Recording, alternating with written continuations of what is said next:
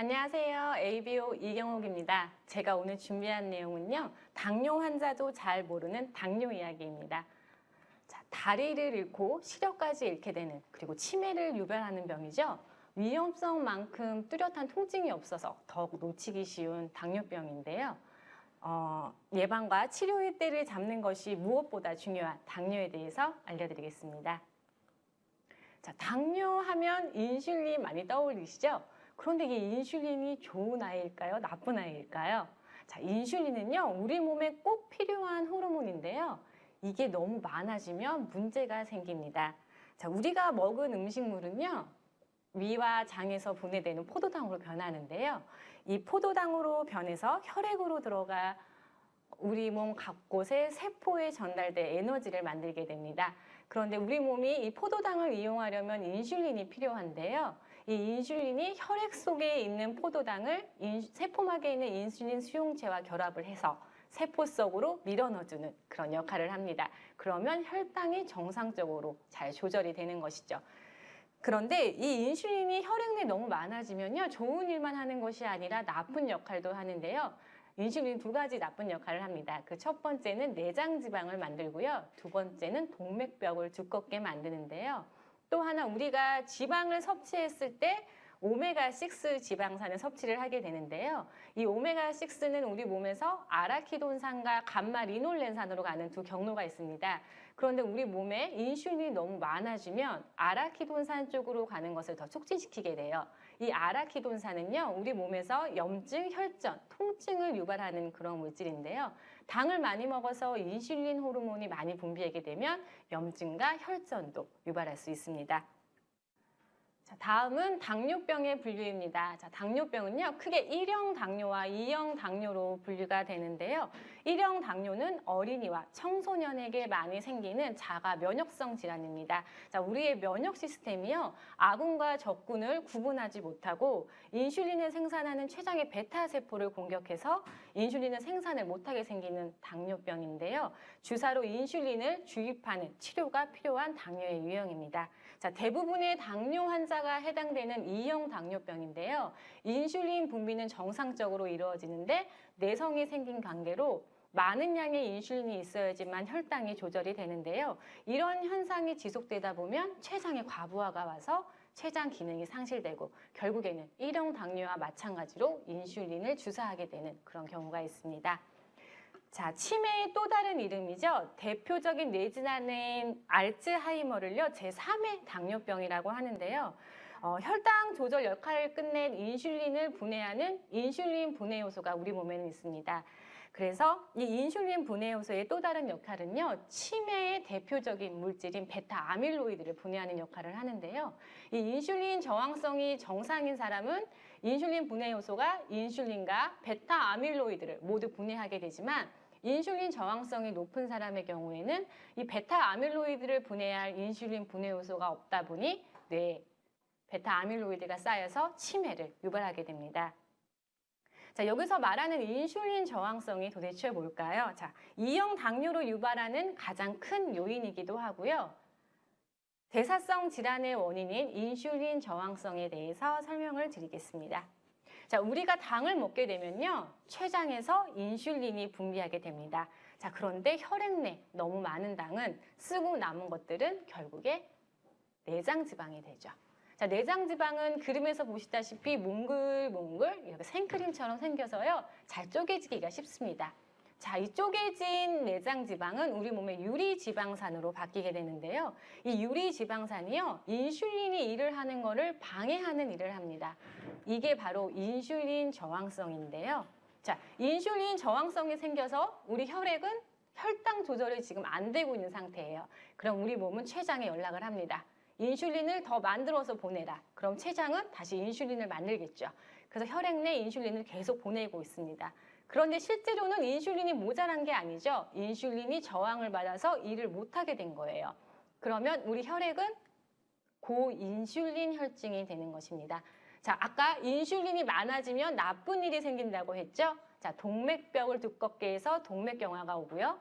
지방의 합성을 촉진하게 돼서 고지혈증이 올 수 있습니다. 그리고 인슐린이 아까 일을 못해서 혈당이 상승됐죠. 결국에 당뇨가 오는 것이죠.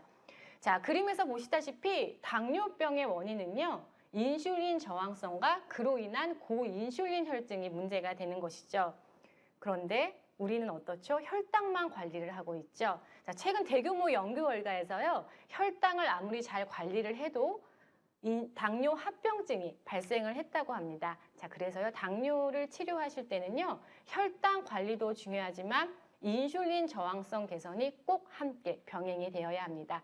자, 여기서 인슐린 저항성을 일으키는 우리 몸을 조금 막아주는 그런 고마운 미네랄이 하나 있는데요. 그게 바로 셀레늄입니다. 자, 인슐린 저항성을 좀 쉽게 표현한 만화인데요. 세포가 너무 많은 당을 가지고 오니까 받아주지를 않아요. 그런데 세포가 당을 조금 더 받아줄 수 있게 도와주는 미네랄이 한 가지 더 있습니다. 그게 바로 크롬입니다. 자, 이 크롬이 있으면요, 세포가 조금 더 당을 받아주기 때문에 우리가 고혈당을 예방을 할 수가 있는데요. 자, 이 크롬은 다른 미네랄과의 비율이 중요하기 때문에 단일 제제로 드시는 것보다는 종합 미네랄 형태로 드시는 게 훨씬 좋습니다. 자, 당뇨병의 원인인데요. 당뇨병의 원인은요, 굉장히 다양해요. 요즘에 나이 들면 다 당뇨 오는 거야 라고 말할 정도로 너무 흔한 질병이 되어버렸는데요. 자, 유전적인 질환이라고 할 만큼 유전적 성향이 굉장히 강한 병이고요. 그리고 무엇보다 가장 큰 요인은 이 식습관, 잘못된 식습관과 그리고 비만이 원인인 경우가 많습니다. 자, 당뇨병의 초기 증상인데요. 당이 소변으로 배출되면요, 많은 양의 수분을 끌고 가기 때문에 소변을 자주 보게 됩니다. 그리고 우리 몸은 수분을 보충시키기 위해 갈증을 느끼고 물을 많이 마시게 되죠. 당뇨가 의심스러워서 병원을 찾는 환자분들이 와서 하시는 말씀이요. 너무너무 목이 말라서 하루에 탄산음료를 2리터 이상씩 드셨다는 말씀들을 많이 하세요. 가끔 우리도 물로는 해결할 수 없는 그런 갈증을 느끼실 때가 있죠. 이런 갈증이 지속이 된다면 당뇨병을 한번 의심을 해보셔야 됩니다. 그리고 음식을 먹어도 에너지원이 되는 당이 세포 속으로 들어오지 않기 때문에 체중 감소가 일어나고, 세포는 에너지로 쓸 당이 들어오지 않기 때문에 계속 음식을 찾게 되는 그런 악순환이 반복이 되죠. 자, 우리가 당뇨병을 진단하실 때, 건강검진 받으실 때 공복혈당 체크 많이 하시죠? 정확한 공복혈당은요, 저녁 식사를 하시고 8시간 금식 후에 재시는 게 가장 정확합니다. 자, 당뇨병으로 진단을 할 때는 공복혈당 126, 그리고 식후 2시간 혈당은 200 이상, 그리고 당화혈색소가 6.5 이상일 경우에 당뇨병으로 진단을 하고 있는데요. 여기서 말하는 당화혈색소라는 게 뭘까요? 자, 당뇨 진단의 정확한 검사의 하나입니다. 직전 3개월간의 평균 혈당치를 알 수 있는 그런 검사이고요. 포도당이 적혈구에 혈색소에 결합을 한 것입니다. 자, 당화혈색소가 높다는 건요, 적혈구에 산소 대신에 포도당이 붙어 있는 건데요. 적혈구의 가장 큰 역할은 우리 몸에 산소를 운반하는 역할을 합니다. 그런데 산소가 붙어 있지 않고 포도당이 붙어 있다 보니까 세포가 우리 몸 곳곳에 산소를 보내지 못해서 각종 합병증을 유발하게 되는 것이죠. 그래서 이 검사는 3개월에서 4개월에 한 번씩 검사를 하게 되는데요. 그 이유는 적혈구의 수명이 120일이기 때문입니다. 자, 당화혈색소, 당뇨 환자분들은 7% 미만으로 관리할 수 있도록 항상 노력을 하셔야 되는데요. 그 이유가요, 당화혈색소를 1% 줄일 때마다 이 무서운 합병증으로부터 이렇게 많이 합병증을 유발을 감소시킬 수가 있습니다. 자, 밥을 먹은 후에 참을 수 없는 졸음이 밀려온다. 그리고 밥을 먹은 지 얼마 지나지 않았는데 허기와 갈증을 느끼고 피로가 느껴진다. 그리고 식후에 집중력이 많이 떨어진다. 이러면 혈당 스파이크를 의심해 보셔야 되는데요. 이 혈당 스파이크는 과연 무엇일까요? 자, 우리가 매년 1년에 한 번씩 하는 건강검진으로는요, 당뇨를 정확하게 발견하기가 너무 어렵습니다. 그래서 2019년부터요, 당뇨병 학계에 떠오르고 있는 화두이자 당뇨병을 조기에 발견할 수 있는 신개념인데요. 자, 혈당의 그래프가 이렇게 세모처럼 뾰족하게 솟아있다고 해서 혈당 스파이크라고 합니다. 자, 혈당 스파이크는요, 식후 2시간 혈당이 150 이상이고, 공복 혈당과 식후 1시간 내 혈당이 50 이상 차이가 나는 경우에 혈당 스파이크라고 하는데요. 이 혈당 스파이크는 숨은 당뇨병이라고 불릴 만큼 20대 젊은 청년도 30대든 40대든 누구나 걸릴 수가 있습니다. 당뇨 환자의 경우에는요, 이 혈당 스파이크가 있으면 합병증을 빨리 오게 만드는 요인이고요. 건강한 사람도 이 혈당 스파이크가 있으면 당뇨병이 발생될 확률이 3배 이상 높다고 합니다. 이 혈당 스파이크가 얼마나 위험한지 나타내는 동물 실험인데요. 지속적인 고혈당일 때보다 스파이크 혈당이 있을 때 췌장 베타세포의 인슐린 분비 기능이 훨씬 더 많이 상실된 것을 볼 수가 있습니다. 이렇게 규칙적으로 혈당 스파이크에 노출이 되면은요, 췌장의 베타세포뿐만 아니라 혈관에 아주 나쁜 영향을 미치게 되는데요. 이 췌장의 베타세포는 한번 망가지면 재생이 되지 않는 그런 곳입니다. 그래서 건강한 사람도 이 혈당 스파이크를 막아 당뇨병을 예방을 해야겠죠. 자, 당뇨병 자체보다는 합병증이 정말 무서운 질병 중에 하나입니다. 자, 당뇨 합병증의 급성 합병증인데요. 당뇨 환자의 거의 절반이 겪는 저혈당입니다. 혈당이 70 미만으로 내려갔을 때 저혈당이라고 하는데요. 당뇨약을 너무 많이 드셨거나 식사를 거르시고 약을 드셨거나 운동이 너무 과할 경우에 이 저혈당 증상이 나타나는데요. 당뇨 환자분들 같은 경우는 술을 드셨거나 주무실 때 특히나 주의를 하셔야 됩니다.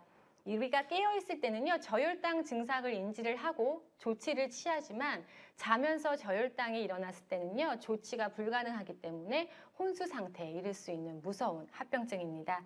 자, 우리가 잠을 자고 깼을 때요, 식은땀을 많이 흘렸거나 두통이 있다면요, 야간 저혈당을 의심해 보시고 체크를 해 보시는 게 좋고요. 자, 만약에 저혈당이 나타났다라고 하면 흡수가 잘 되는 액체 상태의 당질인 주스나 탄산음료, 요구르트를 섭취를 하시고 사탕 3-4개 정도로 섭취를 하신 다음에요. 한 15분에서 20분 정도 후에 다시 한번 혈당을 체크해서 확인을 하시는 게 중요합니다. 그리고 세포가 너무너무 포도당이 안 들어오면 결국엔 지방을 분해해서 에너지원으로 쓰게 되는데요. 이 지방 대사 과정에서 생성되는 이 케톤산이라는 물질이요. 체액을 산성화시키면서 결국에 우리 몸을 이제 혼수 상태에 이르게 하는 급성 합병증 중에 하나입니다. 자, 다음은 당뇨 합병증, 만성 합병증인데요. 자, 피가 가는 곳에는 어디든지 손톱, 발톱을 제외하고는 다 합병증을 만드는 병이 이 당뇨병입니다. 자, 만성 합병증에는 어떤 것들이 있는지 먼저 영상을 보시겠습니다. 당뇨병은 혈관에 많은 문제를 일으키는데 인슐린이 제 기능을 못하면 혈액 속에 포도당이 넘쳐나는 것은 물론 중성지방도 쌓이게 된다. 당뇨병과 고지혈증은 기본적으로 뿌리가 같은 병이기 때문이다. 이처럼 혈관에 지방이 쌓이게 되면 혈관벽이 딱딱해지고 결국 몸속에 크고 작은 혈관이 막혀 합병증이 생긴다. 합병증은 크게 몇 가지로 나눌 수 있는데 먼저 대혈관 합병증은 심뇌혈관에 생기는 뇌졸중이나 심근경색증이 대표적이다. 미세혈관 합병증으로는 신장과 눈에 오는 합병증이 있다.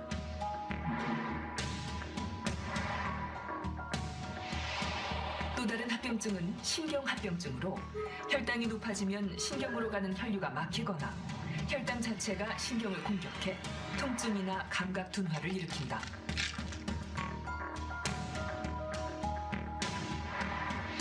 끝으로 혈관과 신경 모두에 문제가 생기는 혼합합병증이 있는데 대표적인 것이 당뇨발이다.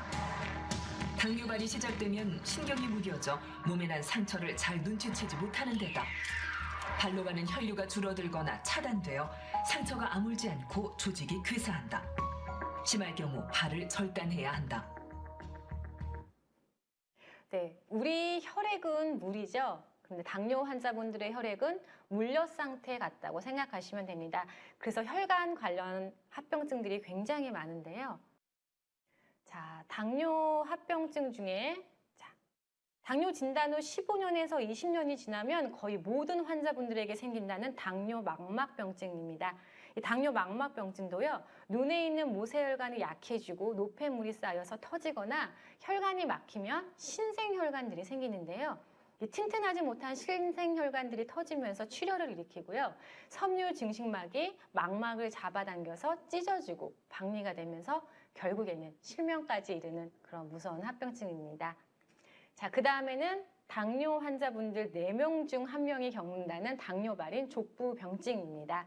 처음에는 발의 감각 저하로 상처가 생긴지 모르고 방치를 하다가요, 이 끈끈해진 혈액이 상처 부위까지 가지 못하기 때문에 혈액이 잘 전달되지 않으면 괴사가 되고 결국에는 절단하는 지경까지 이르게 되는데요.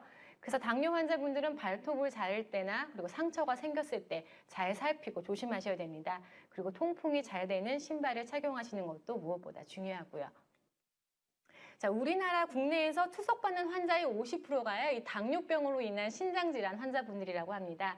당뇨 환자분들 40에서 50%가 이 신부전, 투석을 하시다가 사망을 하시게 되는데요. 당뇨로 신장이 망가지는 거는요, 이 신장의 사구체가 모세혈관으로 되어 있기 때문입니다. 당뇨로 걸쭉해진 혈관이요, 점점 모세혈관을 막게 되고 여러 독성 물질이 쌓이게 되면 그 혈관벽이 딱딱해지게 됩니다. 그러면 혈액을 여과시켜야 될 신장이 제 기능을 하지 못해서 결국에는 투석을 받게 되는 지경에 이르는데요. 그래서 당뇨 환자분들은 이 신장질환 합병증을 위해서 혈당 관리도 중요하지만 혈압 관리를 아주 엄격하게 해주셔야 합니다. 자, 이렇게 무서운 합병증들을 예방하기 위해서 무엇보다 관리가 중요한데요. 아직도 많은 환자분들이요, 약만 잘 챙겨 드시면 혈당 관리, 당뇨가 완치될 거라고 생각을 하십니다. 자, 그런데요, 당뇨 환자분들에게요, 식단 조절은요, 선택이 아니라 필수입니다. 자, 당뇨 환자분들에게 영양 교육을 할 때 식단 구성법과 더불어 식단을 어떻게 식사 순서를 바꿈으로써 식후 혈당을 조절하는 법을 교육을 하고 있는데요. 자, 음식의 섭취 순서가 식후 혈당과 인슐린 수치에 미치는 영향을 나타내주는 표입니다. 탄수화물이 먼저가 아닌 채소를 먼저 먹었을 때 혈당과 혈중 인슐린의 수치가 떨어지는 모습을 보실 수 있는데요. 식사 순서를 바꾸는 식사 교육을 한 그런 그룹에서 당화혈색소 수치가 낮아지는 이런 결과를 보였습니다. 그래서 당뇨 환자분들은 식사 구성도 중요하지만요, 이 식사를 하실 때 샐러드나 나물 반찬을 충분히 한 접시 이상 드신 후에 단백질 반찬과 밥을 함께 드시는 식사 순서를 하시는 것만으로도 혈당 조절에 도움이 되실 겁니다. 자, 식사 다음으로 중요한 게 운동인데요. 자, 운동이 당뇨와 어떤 관계가 있는지 먼저 영상으로 보시겠습니다. 운동이 부족하면 혈액 속의 포도당을 조절하는 인슐린이 제대로 작용하지 못해 포도당이 세포 속으로 들어가지 못하고 혈액에 넘쳐나는 고혈당 상태가 된다. 하지만 운동을 하는 동안 우리 몸은 똑같은 인슐린 양으로도 더 많은 혈당을 소비한다. 운동으로 근육량이 증가하면 근육이 혈액 속의 포도당을 많이 사용함으로써 혈당을 떨어뜨리는 역할을 한다. 당뇨 환자분들한테 운동은 꼭 필요한 부분인데요. 격렬한 운동보다는 유산소 운동과 근력 운동이 필요하십니다. 자, 운동도요, 어떤 운동을 하느냐도 중요하지만 시간도 중요한데요. 아무 때나 몰아서 30분 운동했을 때와 식사 후 10분씩 나눠서 운동했을 때 혈당이 얼마나 낮아지는지 보여주는 표인데요. 당뇨 환자분들은 또 하나 중요하신 게 허벅지 근력을 강화시키는 운동을 같이 병행해 주셔야 됩니다. 이 우리 몸에서 가장 많은 곳을 차지하고 있는 것이 이 허벅지 근육인데요. 이 허벅지 근육이 많을수록요, 포도당이 흡수 저장을 해서 혈액 내의 포도당 농도를 낮추게 됩니다. 그럼 당뇨를 예방하고 에너지 대사율을 높이게 되는데요. 자, 나이 들수록 근육이 소실되면서 이 당뇨나 혈관 질환, 대사성 질환, 그리고 관절염들이 생기게 되는데요. 이 탄탄하고 튼실한 허벅지는 외적인 아름다움일 뿐만 아니라 100세 시대의 중심, 건강의 중심이기도 하죠. 자, 허벅지 근육의 강화를 위해서요. 자, 집에서 손쉽게 할 수 있는 게 스쿼트나 그리고 계단을 수시로 오르기를 해주시면 도움이 되십니다. 자, 식습관과 운동 못지않게 또 중요한 게 당뇨에 좋은 영양소들인데요. 그 첫 번째는 단백질입니다.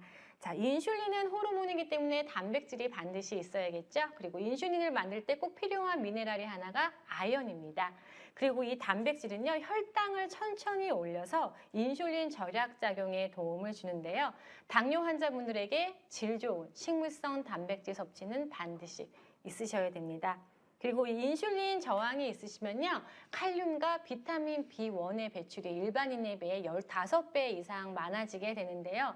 또 소변으로 당을 배출하면서 많은 비타민과 미네랄들이 같이 소변으로 배출이 되게 됩니다. 그래서 당뇨 환자분들은 이제 비타민과 미네랄 결핍이 되신 분들이 많은데요. 또 하나, 최근에 비타민 D의 연구가 굉장히 활발하게 많이 이루어지고 있어요. 그런데 이 비타민 D가요, 인슐린 민감도를 증가시키고 췌장 베타세포의 기능을 활성화시키는 데 도움을 준다고 합니다. 그리고 아까 말씀드린 셀레늄과 크롬 챙겨 드셔야겠죠?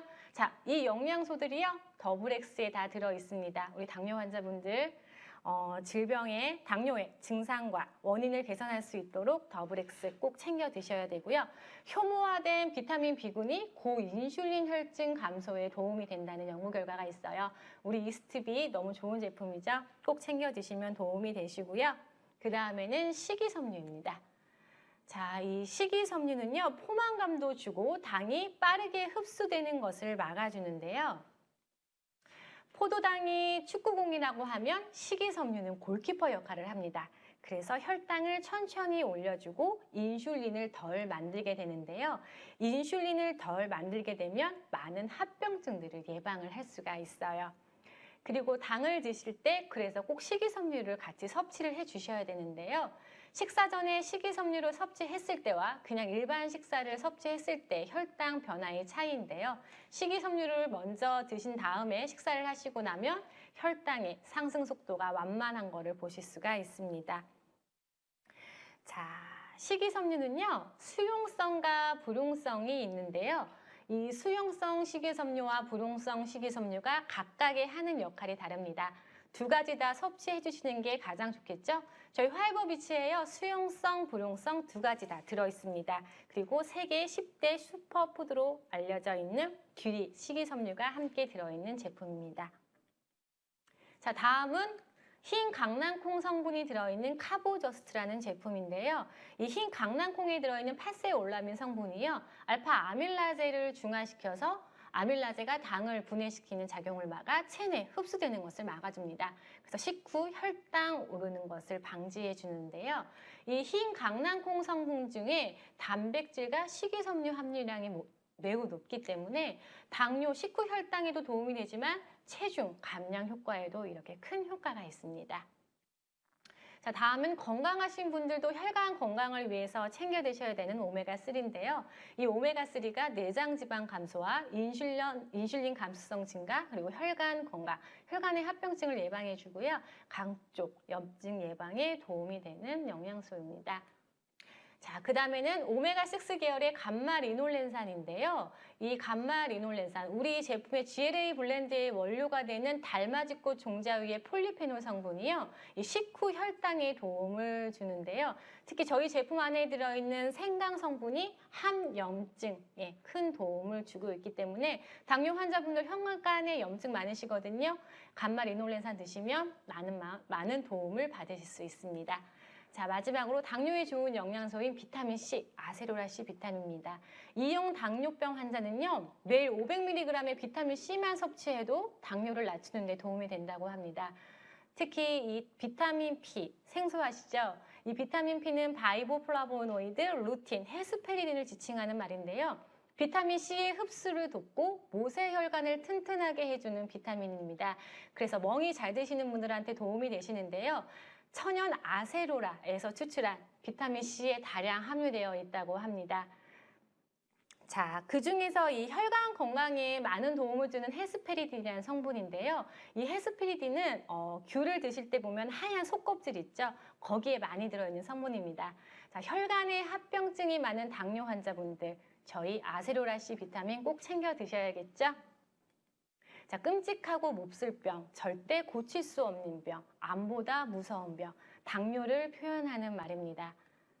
자, 음식으로 고칠 수 없는 병은 약으로도 고칠 수 없다고 했습니다. 자, 이렇게 무서운 병이지만요, 잘 관리하시고 노력만 하시면요, 약도 줄이고 또 극복하실 수 있는 병이 또 당뇨이기도 합니다. 자, 오늘 제 강의는 여기까지고요. 시청해 주셔서 감사합니다.